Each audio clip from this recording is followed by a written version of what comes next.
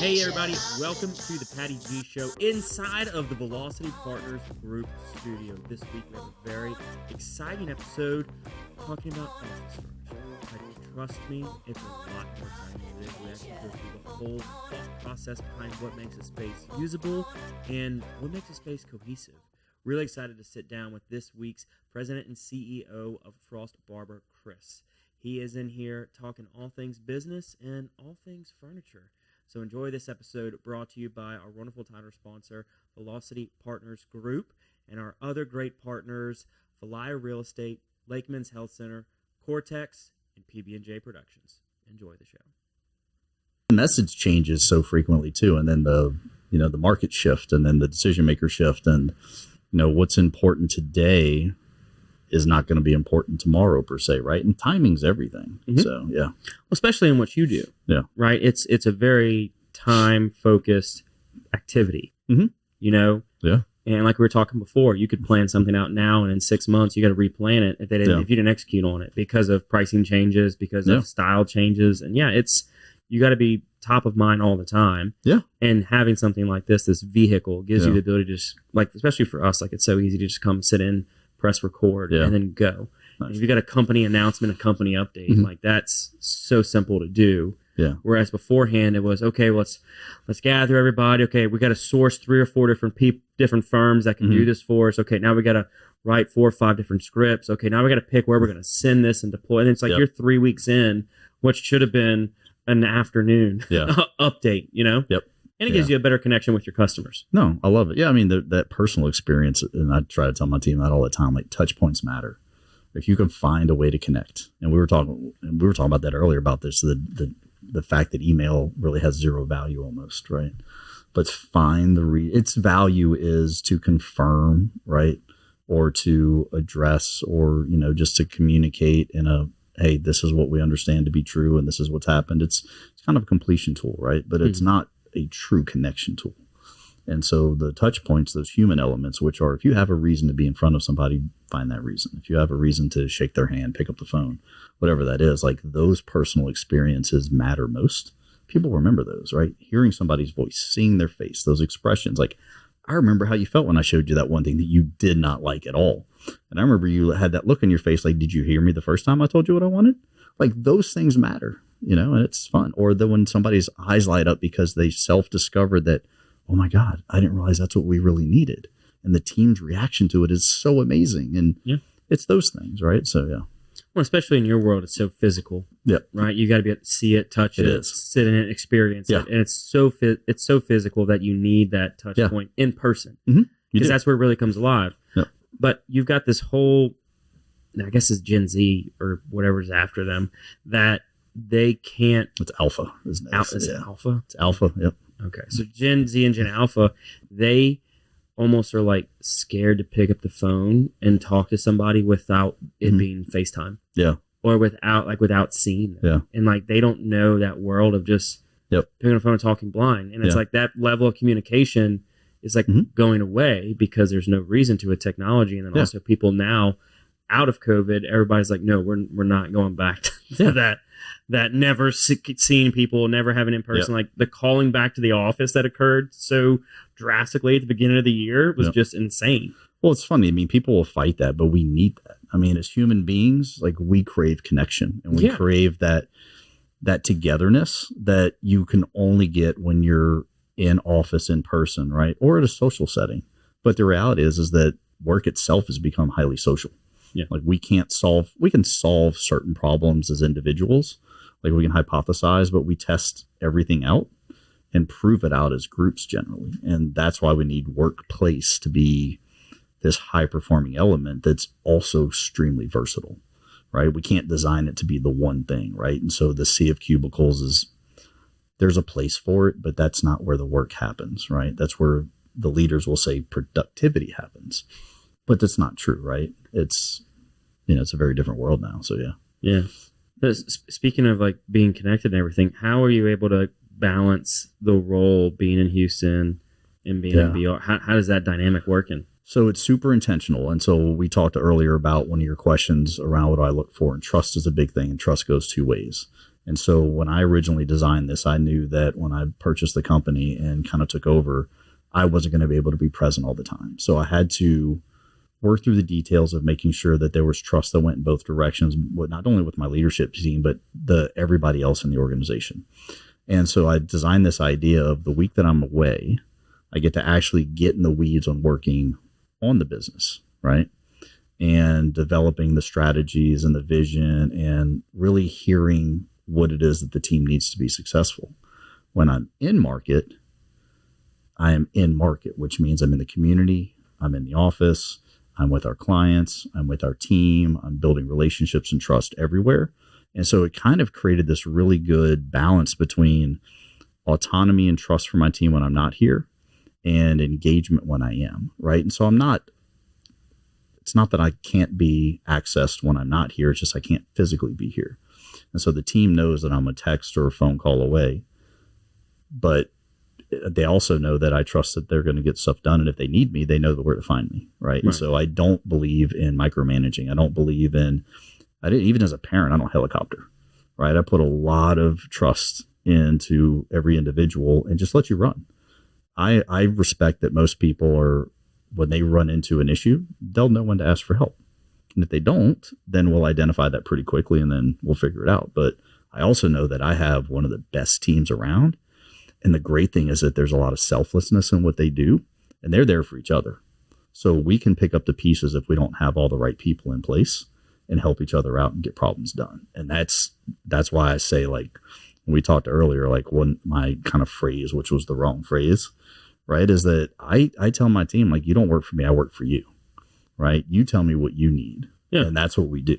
Right. And so I want that echoed through everybody in the company, regardless of what position you have, right? So the things that I don't believe in are it's the way we've always done it, or it's not my job, right? Those two things just bother me because no, it doesn't have to be. A job description has nothing to do with necessarily what we do day in, day out. It's our best guess at what it should be. Mm-hmm. And that's it. So. Yeah, your job description, and you see that right on LinkedIn. People be like, look at this job description. Yeah. It says all these bullet points, and at the bottom it says anything and everything else that we can think of. Well, a job description, like if you go back to the old school days of when they were created, all right, it was meant to create a set of guidelines that also put you into a bucket of here's what I pay you. Right. And the reality is that, and I will say this like open and candidly, I wish I could pay my team infinitively more than what they make because of the value they bring and what they do. But reality is that we don't have that. Right. And so try to create a system where even though we're a very small company, even though we don't have a ladder, we have a development direction. And so development is our key focus. So I would rather have somebody that comes in and stays for 30 years and feels like they've been the most fulfilled person in the world, because purpose trumps dollars at some point in time, right? Right. And that's the key, right? And so if somebody develops a purpose, they find that they're always growing, that we can change the titles if it makes them happier, but it's really about, again, putting in a position to do work that they love to do and that they're getting that return on. So, yeah. So let's backtrack a little bit. Yeah. You threw in there, you bought the company. So how did you get to that position to purchase it? What's your backstory here? Yeah, so backstory. So Frost Barber of Louisiana is the only authorized steel case dealer in the bulk of Louisiana, right? So we basically have, give or take, kind of I-55 all the way west to the Texas line, and then basically from the Gulf all the way up. New Orleans and St. Tammany are the only two markets that we don't cover. There's another dealer out there. Okay, you said what type of dealer? Steelcase. So Steelcase is the largest manufacturer of commercial office furniture in the world. Got it. Right. And my opinion, they are also the best. Right. But I worked with them for 20 years. So my background, I have an interior design degree from LSU. Graduated there immediately after 9/11 was when I got out. Job market was a little tougher than it should be. Yeah. Found a great role at a local Steelcase dealer in New Orleans, which unfortunately doesn't exist anymore. Went to work for a small design firm shortly after that. And then Steelcase called me and offered me a position, interviewed with them, fell in love with the company. I mean, culturally, they're amazing. They made a great product and they're very focused on human-centered research, which is what we're all about, right? We're not solving because the real estate says we need to do this, because the people are asking for something different, right? And so 20 years with Steelcase in a variety of roles. One of them was in a consulting role, which is focused on workplace transformation, workplace strategy, change management, behavioral consulting. And yeah, so I was kind of got brought into this, a little sideways, where the guy that owned this before me was looking to sell, and Steelcase knew he was looking to sell, and Steelcase found out that I was from the area. And originally it was the idea of how can I help them find the buyer using my local connections. And the more and more we talked, the more excited I became about, could this be a possibility for me, right? A chance to come home. Yeah. Right. A chance to, re-engage with the community, provide not a short-term solution for the business, but a long-term vision for the employees and for the company as well. Right. So I'm not young by any means, but I've got a lot of runway left in my career. And so I was like, hey, if I can bring some consistency and some fire and some ideas into this, maybe there's a chance. Right. And so it just, by happenstance, we worked very hard on getting it all put together, and everything aligned, and we made it work. So, yeah. So how was that mentally, going from employee to owner? Like what made you get there? So that's a big move. It is a big move. I mean, 20 years is a W-2. Yeah. And now your name is on the W-2. Yeah, but so I've always had this mentality that, self-efficacy is a big deal, right? So I always believe that we are ultimately in control of our own destiny to an extent. Yeah. And at every role I've ever been as a W-2 employee, I feel like my success has always been partly up to the decisions that I make. Right. I just always had other people signing the check, and I had great people on top, that were leaders of mine or mentors that were helping influence the decisions being made and set that direction. And I've learned from a lot of those great people. And so it was, very scary to go from a 20-year W-2 employee for an amazing company with really great benefits to saying, hey, what do we do? But at the same time, like I talked about earlier, embrace the hard. Like, it's the moment where I was like, I will bet on myself all day long, because it's not me. It's the people around me that I know that I believe will help ultimately to the success. And I had the fortune of meeting the team here. And dude, you cannot ask to be aligned with a better group of people. Right. And so even if you were to, the company itself has been here, we're celebrating 80 years in January. 80 years. Yeah. 80 years. Company was founded in 1946 in Baton Rouge. So are you the second owner? Third owner. Okay. Third owner, right? So there was a gentleman that owned it prior to me that got it from the original owner, whose family started it. And if you were to look at, where the Blend cocktail bar is? Yeah, right there. So that building's the original building we're in. If you look at the very top, you'll see Frost Barber painted across that building, right? Yep, I see it every time. Yeah, and so there's all this. I believe in serendipity a little bit as well. So in doing all this, my brother happens to be the owner of Blend. Okay. And so we started talking, and he's like, this is your original building. And I was like, what? And so he sent me the sign, and we started thinking about it. And I was like, there's a lot of reasons for me to want to come back home. And all these things kept lining up. And so, it was kind of, go back to answer your original question, huge leap of faith. But I had a lot of confidence. And again, not just in my ability to do this, but a lot of confidence in the team that exists and the brand recognition of the company. It was took the leap. And then you decided, let me just go out here and figure this thing out. I mean, because even though you had a relationship with the folks, how long was that was there a transition period between you and the former owner, and how long did they stay on? I mean, because that's also a big deal. He's handing you over a book of business, and like, okay, here's what you're buying. Yeah. And I'll take that back and make it a little less transactional. Like, we developed a good relationship through the length of time that it took to do this. And again, one of the things that I realized that him and I had in common was that we had a lot of general respect for the team. Right. And it really was, the business will be fine with the right team and the right leadership.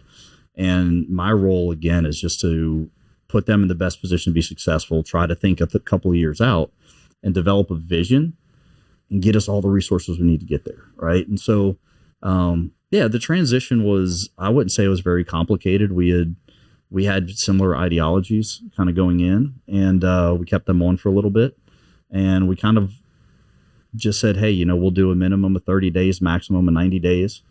Let you kind of pick when you get to kind of That's pretty step short. away. Yeah. Well, again, I go back to, I've been in this industry for over 23 years with Steelcase for 20. My last role with Steelcase was at a regional sales leader role where I basically supported the distribution across the market I was in charge of. Mm-hmm. So even though I didn't directly have the dealership people or the distribution people reporting into me, I understood their business and their needs. And so I felt like the transition was going to be a little bit smoother than if I was moving into an industry I knew nothing about, or if I didn't happen to know a little bit about the market and the people here or have some existing relationships.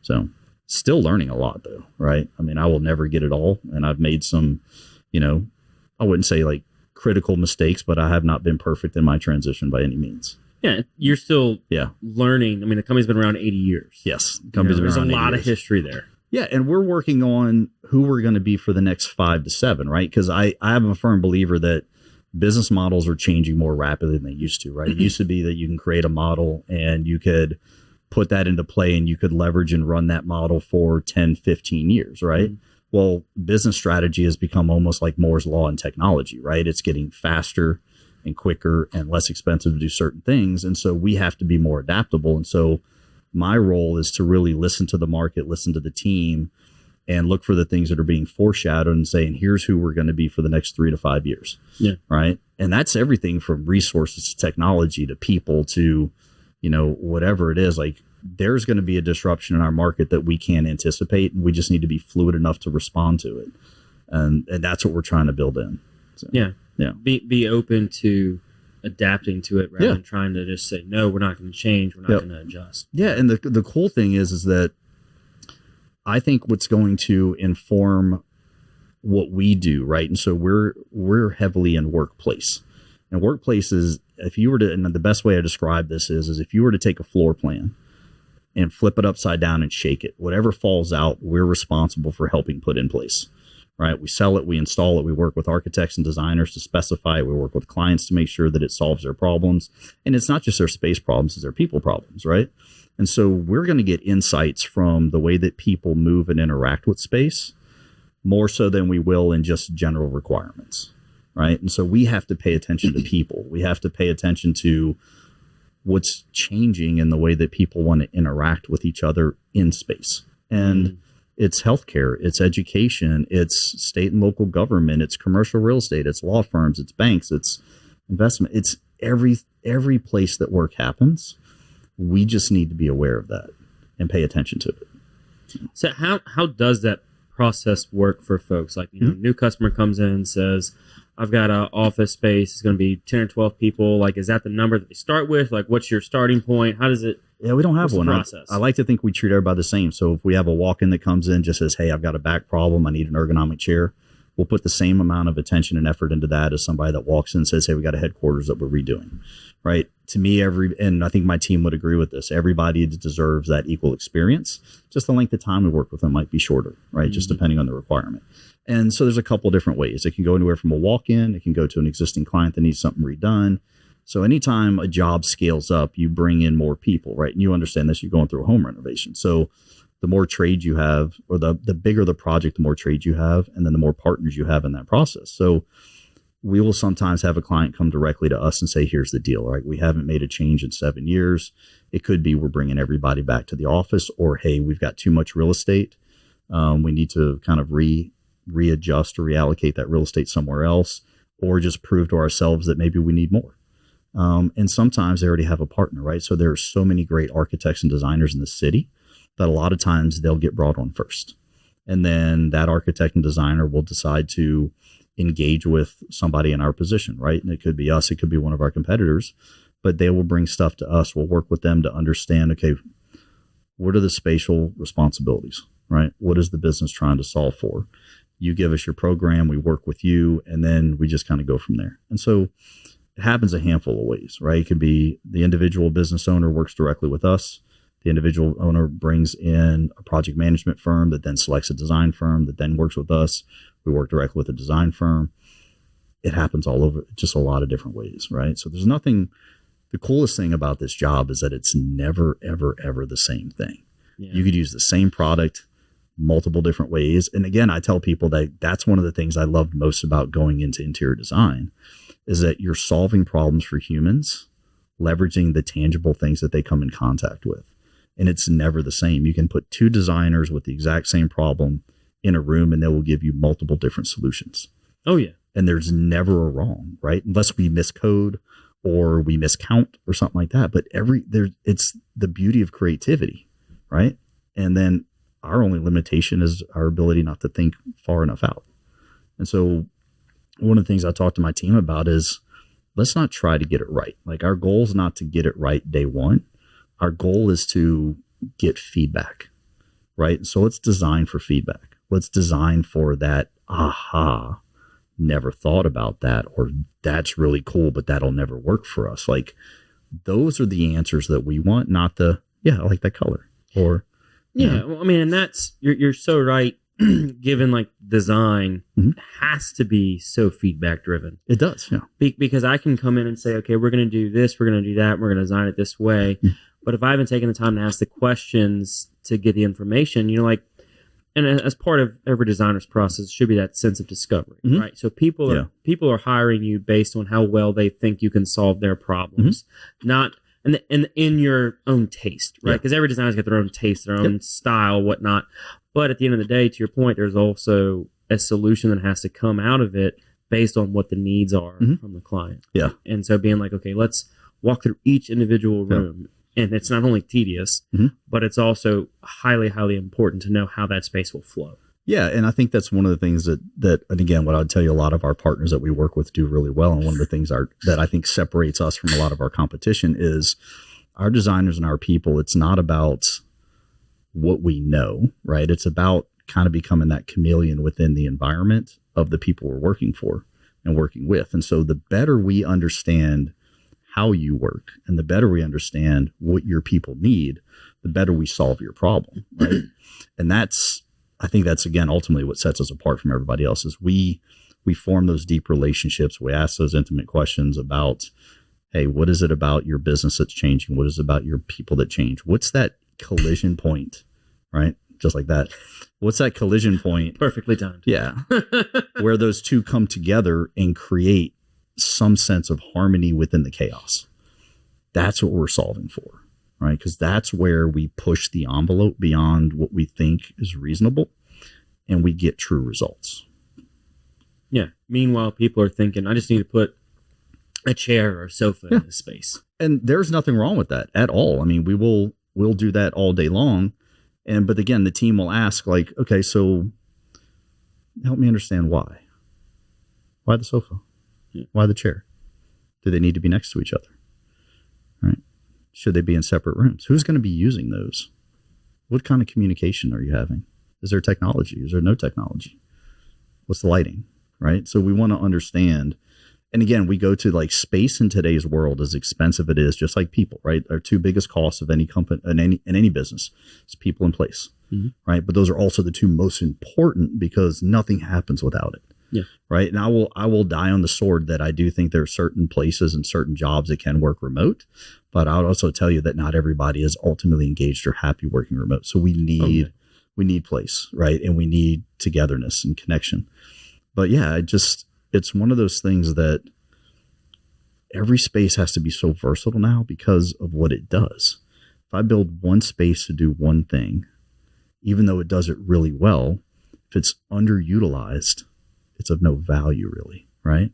Now, it doesn't mean that for that one person, it's not valuable for that moment, but how do I make it accessible for everybody? And it goes back to the old adage that when we look at the way that things were designed back in the day, right? Like our parents, they knew they made it somewhere when they got a corner office, right? That's what they worked towards. And that name on the door and that door itself.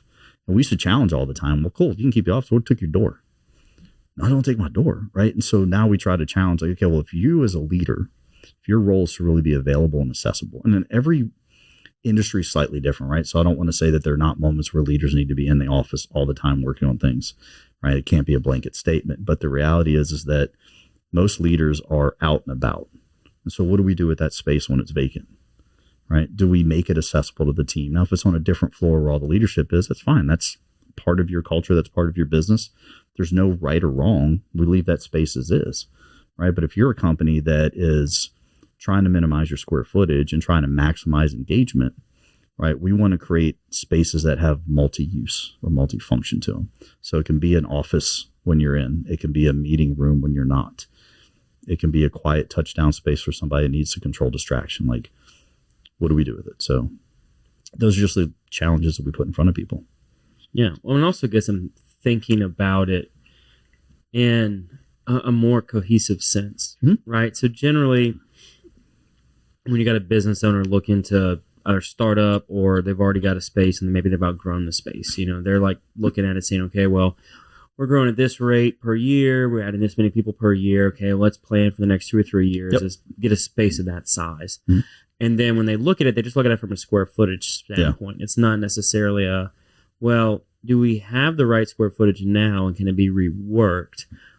Because you've got the corner offices. You've got, you got to have a bigger office because you're higher up or whatnot. And it's like, okay, what's that really saying? What's the message being delivered? And why is that important? Why is it important you have a big space? Do you visit with a lot of people? Do you need room for people to come and sit and meet with you?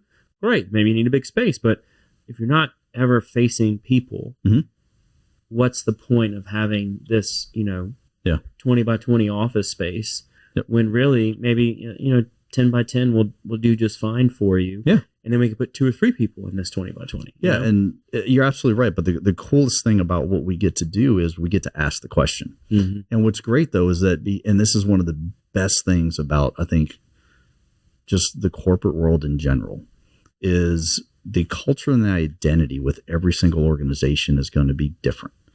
And it is absolutely okay for any organization to have multiple offices that are really large for all these things. And we'll ask the question. And when they come back and say, it's our culture, we need privacy, we need this, we need that, we don't argue, but we will push back and say, well, what can we do inside the space? Like, what are the activities that you do? Right. So there are certain work modes that exist no matter what role you have in any organization. Right. And we try to identify what's your dominant work mode, what's your secondary work mode, and what's your tertiary work mode. And can we solve all 3 in a single space? Right. If we can't, then how do we at least solve 2 of them in one and then a third one somewhere else? Right. And sometimes they don't always need to be adjacent because we also look at noise levels and distraction levels. Right. And so we're not going to put a social space next to a private space. Right. So the noise level just isn't going to work. The level of distraction is going to drive somebody crazy, especially in the world where we're truly balanced 50-50 introvert to extrovert. People need that away time, right? Are we really there? We're 50-50, yeah. Wow. Yeah. We actually might have shifted just slightly more than 50-50 where maybe it's more introverted. Now, we have a lot of extroverts with introvert behaviors, and you may know these people, right? They might be great, high energy, big crowds, but they're also the first person, like when you ask them out, like, no, I just need to be alone. Right. I mean, that exists in the work world too. Yeah. And so think about the people that are the informal leaders or mentors that are always the go-tos in the office, right? The people that, no matter what, they'll drop what they're doing. They'll help you out. Right. If that's an introverted person that is always on, they need time to unplug and they need a place to go to do that. And sometimes their home shouldn't be the place because their home is their home. Right. And so they need it at work. So we have to have these respite areas or these areas where people can relax, connect with nature, turn the lights down, close a door, whatever that is. Like, we need those recharge moments. So yeah, well, I mean, you're absolutely right, and that's the situation we have now, especially with technology, is that unplugging at the house. Yeah, and I applaud those folks that can do it successfully. Yeah, I'm not one of those folks. Yeah, it's tough to not bring home whatever transpired during the day to the house. Yeah. Right. Or even that point of you're home, but you may not be present. Yeah. Right. And that's a challenge of mine. Presence is key, right? Right. It's like I'm there, but am I thinking about something else? Am I really focusing on whatever this is? And like, that's just such a hard thing to do when you've got all these different things running through your head. You've got, like, I'm a person, I don't like to go to bed with an unread email. You know, so if I've got 3 or 4 or 5 or 15 or 100 unread emails in my Just head, hit the read all, you'll be fine. I'm joking. That'd be a great idea, but the interior nature of me would be like, no, you haven't. You've got to, because it's like, it's one thing to have them read. It's another thing, like once they're read for me, then have to go be put into a different folder. That means they're done. That means that email, that little box of correspondence, I have completed. I can put it away. It's tucked away. It's done. It's no longer needing my thought until it comes back up from somebody responding to it. And so, unreading all of them is like, great. Now I just have all these things I have to go do. Well, you're absolutely right. I mean, it takes up brain waves. It takes up time. It takes up energy. But it's also that idea of presence that you talked about. It exists home. It exists in the office. It exists in every aspect of your life. I mean, and you may know this, but when we're interrupted from a task, it can take us anywhere from 5 to 20 minutes to reconnect with that task. And if you're in a state of flow, like you're never getting back in it. Right. And so finding those moments again are hypercritical. And I think that, and we had a presentation at a design firm last week, and that's one of the things we really focused on was the need for privacy and how do we solve for it. And I think that that's one of those big pivotal moments that we're in right now, which is, especially as you're talking about designing the office that brings people back, right? Competing for the commute. How do we get people back? We have to solve for the things that the home doesn't provide. And the home doesn't provide for connection. The home, in some cases, doesn't even provide for privacy because you're battling your family, your kids, your pets, like whatever that is, the chores, the pull of the TV. Like there's all these different things. And so, I know that the COVID ended a long time ago. There's been a lot of kind of mandates to come back. We will struggle with that for quite a long time because people will come back when they're ready to come back. We need to offer flexibility. Right. And so like we have a policy in our office where everybody has one work from home day. Now, if they need another one, we will grant that because I trust wholeheartedly that everybody that asks it's doing the right thing. Right. There's nobody on my team that I have right now that I don't trust is putting in their best effort. Right. And that is a really great relief as a leader to know that happens. And I hope that they feel the same about me. Right. That I'll do what they need. But it's that engagement part. Right. And so giving the people what they desire that allow to the business to function at its best. Right. And the business only functions at its best when its people are at its best. Thank you to our wonderful sponsor, Lake Men's Health Center with Our Lady of the Lake Physicians Group.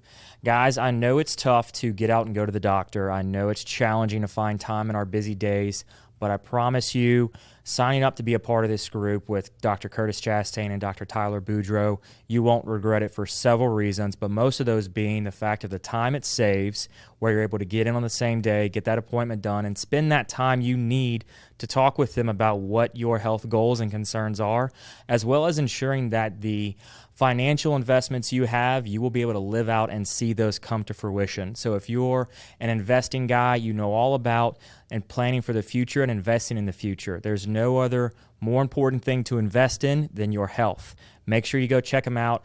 Our Lady of the Lake Physicians Group Men's Health Center, and tell them Patty G sent you. There's always budgets. There's always other things that other KPIs we've got to exist to, but we can get there. Yeah. For me also, it's like we've got 3 employees that are 100% remote. Mm-hmm. And so they work from home or wherever they need to work in reality. And for me, it's not so much that I'm going to be checking Teams to see that you're logged in. Yeah. Right? It's none of that. It's never that. For me, it's always your output, right? What are you getting done? Yeah. I don't care when you're getting it done. Yeah. Like there may be a situation where I need you on a call or I need you in a meeting. That's time sensitive. Yeah. But everything else, so long as it's getting done, if you work better at midnight, 1 o'clock in the morning, you do you. Yeah. You know? Exactly. Yep.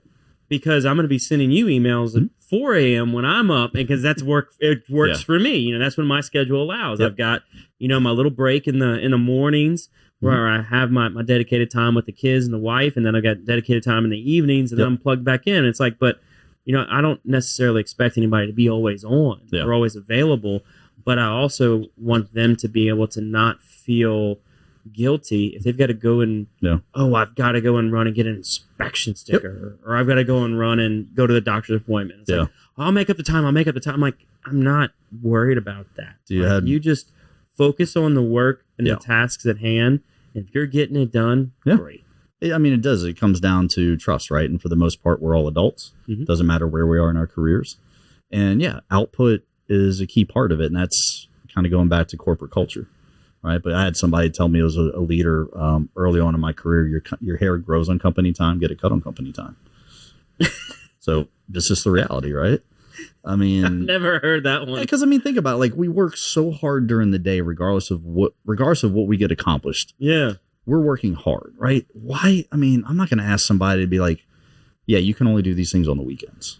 And I think most corporate culture has shifted in most roles to say, hey, we trust that the work's going to get done. You know, if the work's not getting done, right? I think any organization really understands that, the hiding in plain sight. But yeah, we try to make sure that we can help companies engage their people better and that their people love their space, right? And it's like showing up to work and actually leaving better than you showed up is kind of the goal, right? And we get to do that every day. Yeah. And again, to me, it doesn't matter scale, right? Like you can walk in and we can sell one chair and you get in that chair and you're like, oh, dude, this is great, right? Or we've got an entire environment that we've created that's multiple floors and so energy is one of those things that's visible, right? And you can see the energy, you can feel the energy, you can see it in the people's expressions, right? And no matter how hard the day gets, they're going to have bad days. But when we create that environment that's highly engaging, people want to be there, right? And that's, again, they spend more time at work than they do anywhere else. We have to make it better. Like, I think we have a personal mission and responsibility, not just us as a company, but anybody in a leadership position that has influence to make it better for them. Mm-hmm. Yeah, I mean, you're right. You spend more time in the office than you spend anywhere else. Yeah, so I have a question that I ask, and I did this in my consulting days when I was doing cultural change for companies, and I do it here. And it gives you the answer to everything. And I will ask everybody. You can do it anonymously if you want. Would you, if there was an opening, would you recommend a friend or family come work here? That's a great question. It'll tell you everything you need to know about a company. Right. And if they come back and say no, then the next question is why? Like, what are we missing? And it's not necessarily we, but it's any organization, right? It's as a leader, it's what could we be doing different or better for our team? Yeah. Why don't you want folks to come work with you? Yeah. Yeah. You know, is it because it could be a slew of reasons. It could be. It could be negative reasons for the organization, meaning, the environment here is bad, X, Y, Z. Or it could be a scarcity mindset where they're like, I don't know if there's enough work to be done. I don't know if there's a position that they may take work from me. You know, they may come in. Yep. So then you have different layers you have to work through. Yep. And I often find it's almost like a statewide thing for some reason, where it's like we have, for whatever reason, the scarcity mindset. Yeah. That, oh no, we've got to be the ones to do it, because if we don't do it, then somebody else is going to do it. It's going to be gone from us. Yeah. You're looking way too small of a lens. It's like budgets. If you don't spend your budget, they give you less next year, right? Right. So, but yeah, there's this, and again, it goes back to engagement. And I'll harp on that all day long, because I feel like the most valuable lessons we learn are when we talk to the people, right? The ones that are engaged in the environment, doing the work every day. And so we use this term that we do user engagement workshops where we give people a voice, right? That voice creates a vote, right? Now, it's not an individual vote. It's a community vote based on what we learn. And so we have a way to disseminate and bubble up what the organization or the people are crying for from a priority perspective. And we'll overlay those priorities with what leadership tells us is most important to them. And 99% of the time, those two things align, because what I'll also tell you is that I've learned is that there's some amazing leaders in this community, and they know exactly what their team's feeling and what they want, and they're doing their best to fight for it, right? Sometimes just budgets are budgets and you can't do everything, or sometimes it's just not in the cards for this year. It's got to be next year. But I do wholeheartedly feel everybody that we've connected with in this industry and in this market and community, man, they love their people, and they love the people they work for and the companies, and they're just wanting to see it get better and better and better. And that's one of the reasons I got excited to come back here, is like, we're really trying to shift how we solve these problems, right? Not just with great products, but with innovative ways of working with our partners to give people what they want, right? Because like, I love Louisiana. Born in New Orleans, lived all over the world, school in Baton Rouge. I'm back in Baton Rouge. there's a reason I'm back, right? I don't want to see people leave. I don't want to see companies leave, right? I think that we are poised to be an even better city than we are. Like, I think there's a lot of great things happening here. And I know that all the leaders in this town, you know, every position feel it too. I mean, all the different groups that we're a part of, there's a lot of excitement happening about what Baton Rouge is going to become. Mm-hmm. And I'm excited to be a part of the journey, right? We just want to be a part of the solution. So, yeah. And we need more folks with that mentality of just being a part of the solution and acknowledging that every little piece that happens counts. You know, how do we get downtown better, one business at a time? You know, like we're always trying to reach and get this one big thing. And it's like, well, if we could have just done all these like little wins along the way, we would have started compounding all these different success stories and all these different elements that have now built this one big thing. Yeah. You know, it's like we're all just trying to find this one big tenant, this one big company that comes here and boom, we're saved. Yeah. It's like, no, like it's saved by you coming back here. It's saved by us being back here. It's saved by the company next door being here. It's like it's one little thing at a time, compounds, and then now we've got a great success story collectively. This episode of the Patty G Show is brought to you by Cortex. Cortex is the trusted technology partner for small businesses across Louisiana, delivering managed IT, cybersecurity, and smart strategies to help you leverage AI without the confusion. I mean, aren't we all confused by AI nowadays? As a locally owned company, we understand the challenges Louisiana businesses face and provide tailored solutions that keep your operations secure and efficient. Whether you're looking to strengthen your cybersecurity or explore how AI can give your business a competitive edge, Cortex is here to help. Be sure to mention the Patty G Show and receive a free cybersecurity risk and analysis to see where your business stands. And it starts with the people, right? So the emotional investment that we make. And I would tell you, since I've been back, I've seen and experienced some of the greatest things. I was here last weekend, the farmers market. Dude, that outdoes half the farmers market in Houston. It is insane. The quality of vendors that are there, the stuff that you get, just the interaction with the people, like for being a square block, right? Or whatever it is, it's amazing. But I've not run in, since I've been back, I've not seen anybody that isn't committed to trying to figure this out, right? And I just run into all these great little accidental learnings and experiences that are like, yeah, you made the right choice. Being back here is exactly where you need to be. So I mean, because when you're back here, you're someone, you're a part of the community. You can see a direct impact from one decision you've made, you know, ripple across the whole entire area. Whereas in Houston, oh great, you're one of a dozen vendors on this sheet. Sure, send me your pitch. You know, like that, and that's what it is. You know, when you come in here, they just like unfold and all this stuff, and you're like, okay, we weren't thinking about this, we're thinking about this, and then you start having those open conversations because you're connecting on a people level. I feel like everywhere else it's just business. You know. It is.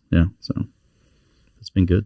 So what is one of the cooler projects that you've worked on, or one a fun one since I've been at this company, or just in general? Both. Okay, we'll start with your top of all time. Top of all time. It can be anywhere. There's a lot of cool ones that I've been involved in, especially on the consulting side. So I'll kind of highlight two that really stuck in my mind for two very, very different reasons, right? And so one of them was, and I'll try not to name names, but one of them is a high-end university out on the West Coast. And they were running into an issue where they have a ton of different libraries on campus, and their main library was completely vacant. Nobody was coming to it, wasn't being used, and it's 4 stories. So basically had a basement level and then a ground level and 2 other stories, right? And when I was on the consulting side, they hired us to challenge the thought behind what a library needs to be on campus versus what it used to be. And we spent a couple of months with the university, different leaders, student groups, observing how the space was being used today, what their challenges were, what they were running into, everything else. And we challenged them and said, I mean, you have multiple different, what I consider to be colleges on the university site in multiple, each was like the law school had its own library, right? Science had its own library. All these other, colleges had their own libraries, but this specific one, which was the hub of the university, the core of it, just wasn't being utilized. So yeah, we reimagined what the purpose of a library was. Right. Okay. Yeah. And that one was really cool because that also landed us a job with a similar thinking around a private all girls Catholic school, high school. And same thing. It was our college acceptance rates are dynamic. Our enrollment's dropping. We're not sure if we're really doing these girls justice. So what do we do? So we had some really good partners in this project, and we challenged the idea of a school. And the idea of the school was, okay, we know that the state has requirements, meaning the kid needs to show up at this time and can't leave until this time. We also know that there's X number of credit hours that you need to graduate, right? But what happens between those hours is completely up to you, right? I said, well, kind of. So we said, let's challenge that.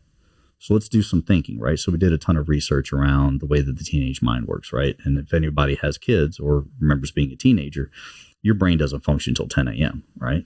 Outside of a couple of rare cases. So what we looked at is said two things that we struggled with. Was the first one was that access to the teachers was the most critical thing when it came to learning, right? Not studying, learning. Okay. And then the second part was, how do we leverage the time that they're there for the right things? And so we tested this idea, and we didn't come up with the concept of blended learning. That came up ages ago as you kind of studied pedagogies, but we came up with the idea of that instead of sending them home with homework, right?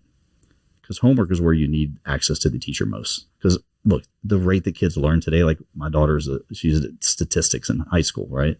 Had I not taken it in college, I wouldn't be able to help her. But half the stuff she brings home, like AP biology, is like, I'm the wrong person to ask for that. That's your professor.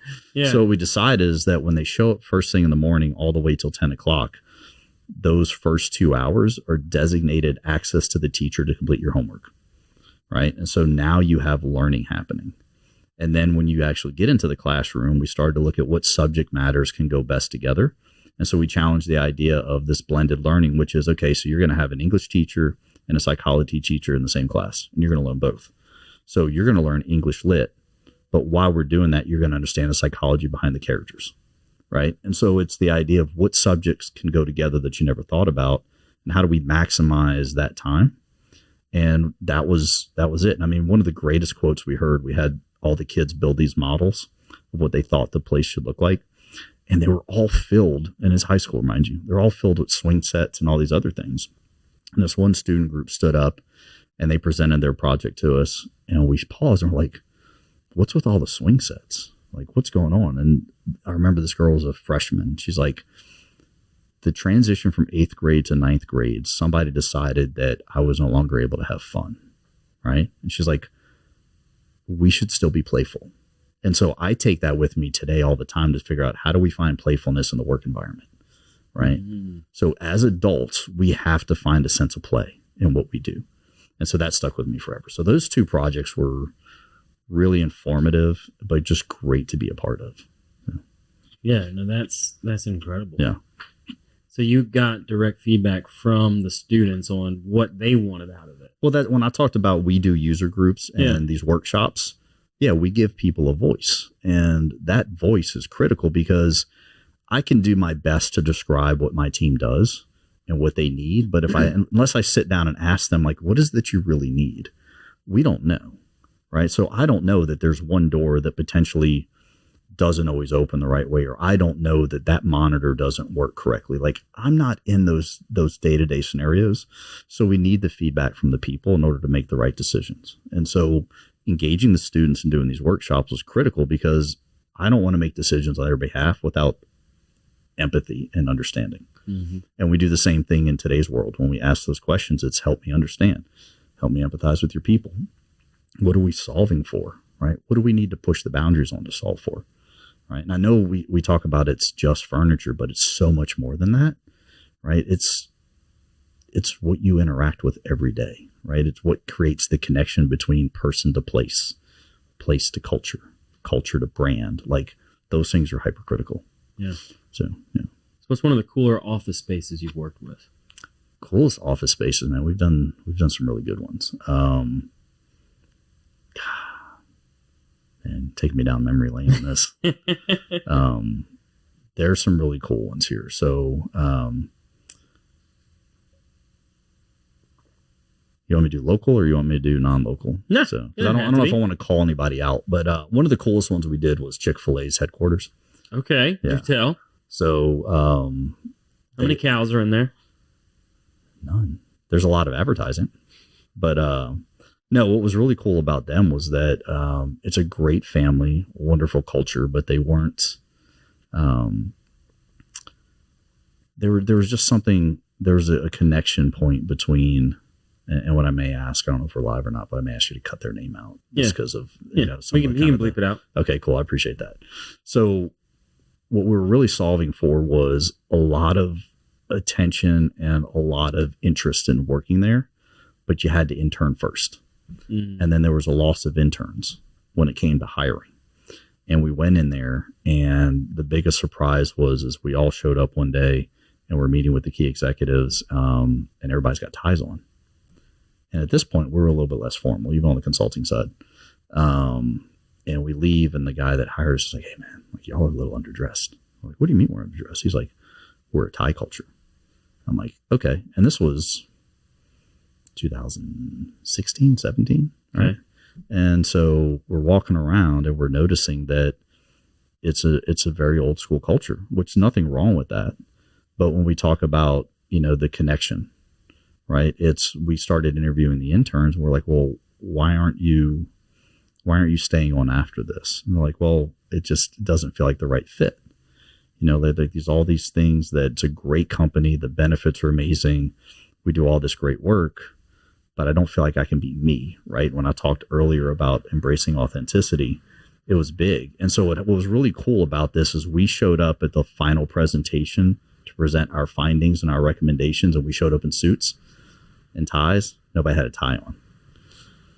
So the work had already started to happen throughout our process as we started to report back to leadership and talk about what the people are asking for and what it was. And what was really cool is that even though they provided great health care, they had on-site medical, they had free lunches, all those other things, those things didn't matter as much as me being able to show up realistically in the work dress that I choose to be in, right? And so it was crazy. And so we talked to the interns after and we're like, "How many of y'all are staying?" And all of them raised their hand. And there was this crazy, just like little shift in the dynamic of, hey, it's a different vibe now, right? So Yeah. But yeah. Well, and that vibe has, or that shift has stuck with, it's not an informality. It is, I tell our folks, dress for the day. You know, if you know you've got, I love that, by the way. That's awesome. Yeah. Like if you know you're going to be in the office, you're not going to interact with anybody, just come like business casual. Business casual, like that's it.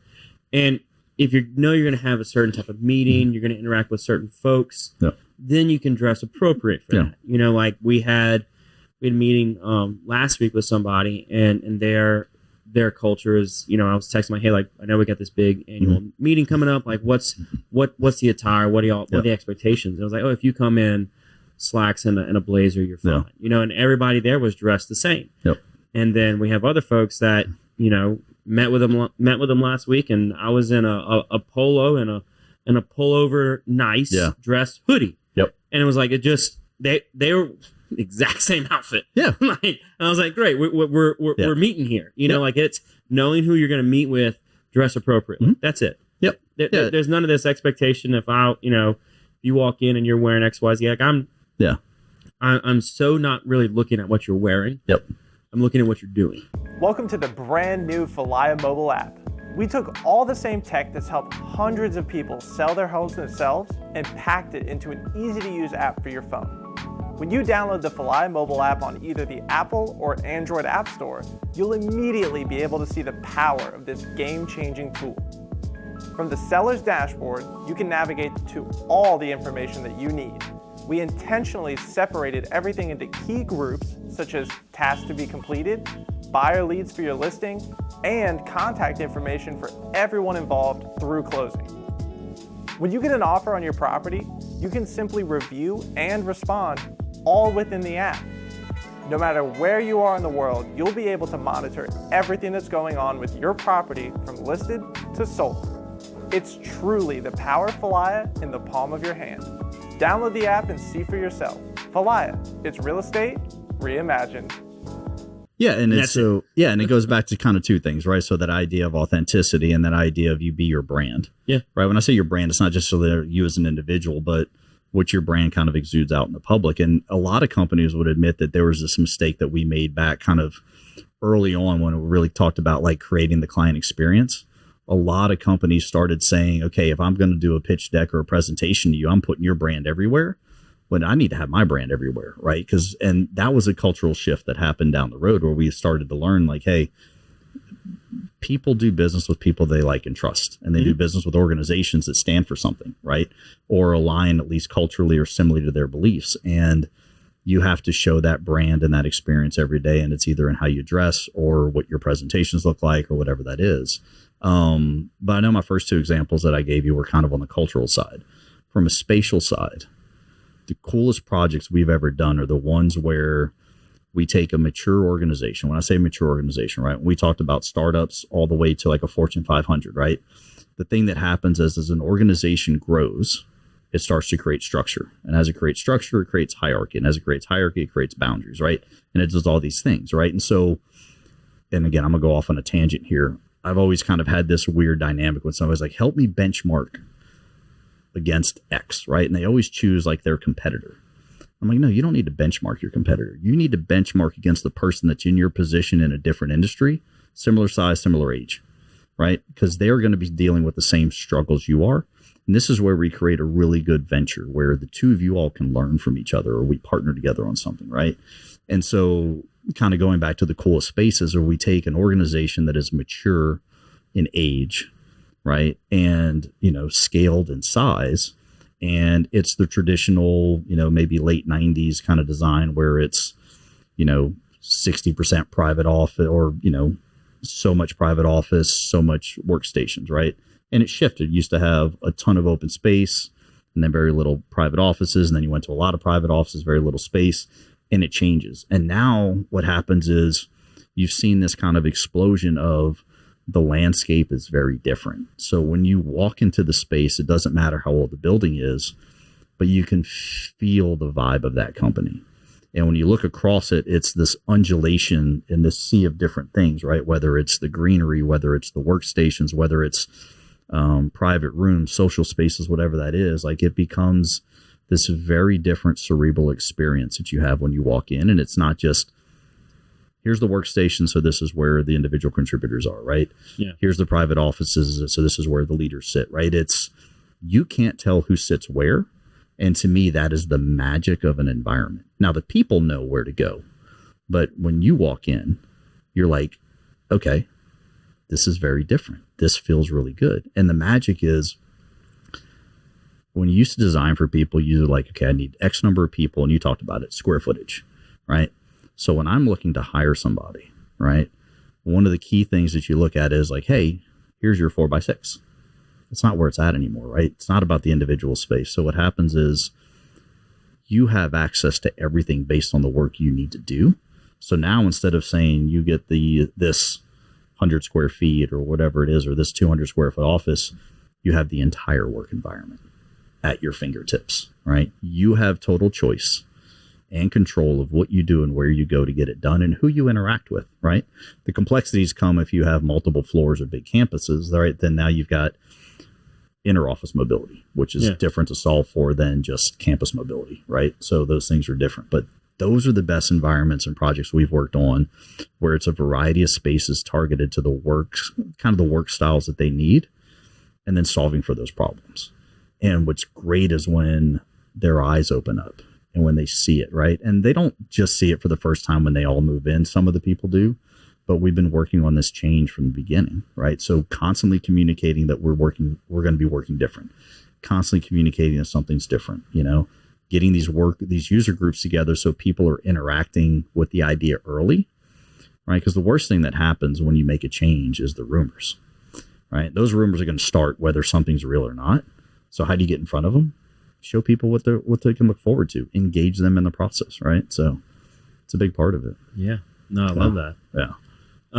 So as we kind of start to wrap up the show, we do have a set list of questions we ask every guest. All right. So the first one is, what is something you did as a kid you wish you could still do today? Play baseball.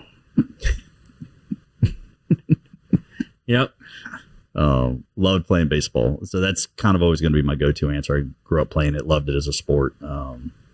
Yeah. It's a tough sport to keep playing. It is. But I think that kind of goes back to the normal, like really the antithesis of that question or that answer, which is going back to that idea of being playful, right? So always being in the state of play, right? Yeah. Being active, working on yourself. So yeah. Yep. I love it. Yeah. What are 3 lessons you've learned along the way? Like just in life in general, or just In since we life, started business, this? whatever. Just what are 3 lessons that stick with you? Yeah, I think one of the biggest ones is enjoy the journey, right? I mean, and really take full advantage of every opportunity that journey is offering, good or bad. But that's one of those things, and we talked about it earlier, is slowing down and really becoming a part of the process, right? So that's one that I've learned. I think the other one is it's okay to forgive yourself on a couple of things, like lighten up. Like I'm really critical of who I am.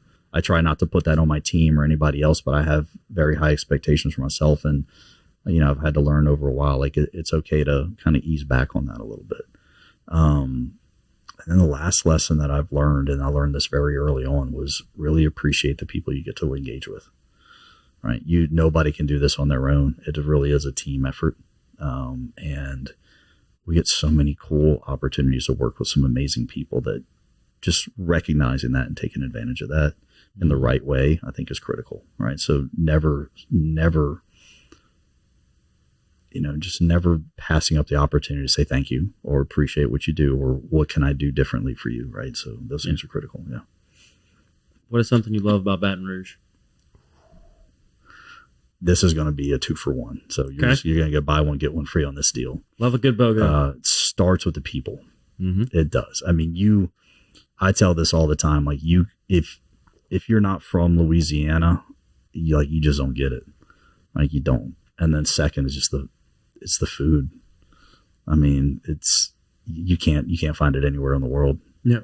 And those 2 things are critical. And then I think, the other thing, I'll add a third one. I know you asked for 2, but I always like to give a bonus round out. I think it's the passion that exists in the people here. I really do. Yeah. The drive that we have for us. There's a sense of pride and passion that you don't find it elsewhere. You really don't. I don't mean this about anybody from anywhere else, so my apologies in advance. There's a lot of great places out there. I've lived in them. But, yeah, that sense of home is real. Yeah. Mm-hmm. And final question, man. What can I do to help you? Oh, man. I think this has been great. I mean, giving us a voice. The biggest thing that I would say is, just continue to spread the word, and it's not just from a business perspective. Like we're really out here trying to create positive change in the right way. And, anything you can do to just say, hey, conversation with this guy would be great. Or, hey, you should meet with that team over there or whatever it is. Like just finding ways for us to engage in the community and make change and make a difference in the right way that's great for me. Yeah, absolutely. Because it's not self-serving in any way. It helps everybody. So yeah, it helps us as a people get better. Exactly. Yeah. Yep. So well, thanks for coming on, man. I appreciate it. This has been awesome. Yeah. So I've enjoyed this. I could talk on this for hours, man. I love talking about people and process and culture and it's fascinating. Just that idea of engagement. Yeah. It is because we're fortunate that we get to deal with people, right? People. That's the best thing in the world. So, yeah, it's awesome. Yeah. It's fun. No, I love it. Thank you. Yeah, thanks, man. Appreciate it. Thank you. Absolutely. Thank you, everybody else, for listening or watching, whatever platform you're on. I will see you next week on a newest episode of the Patty G Show. Y'all take care. Yep. Thanks.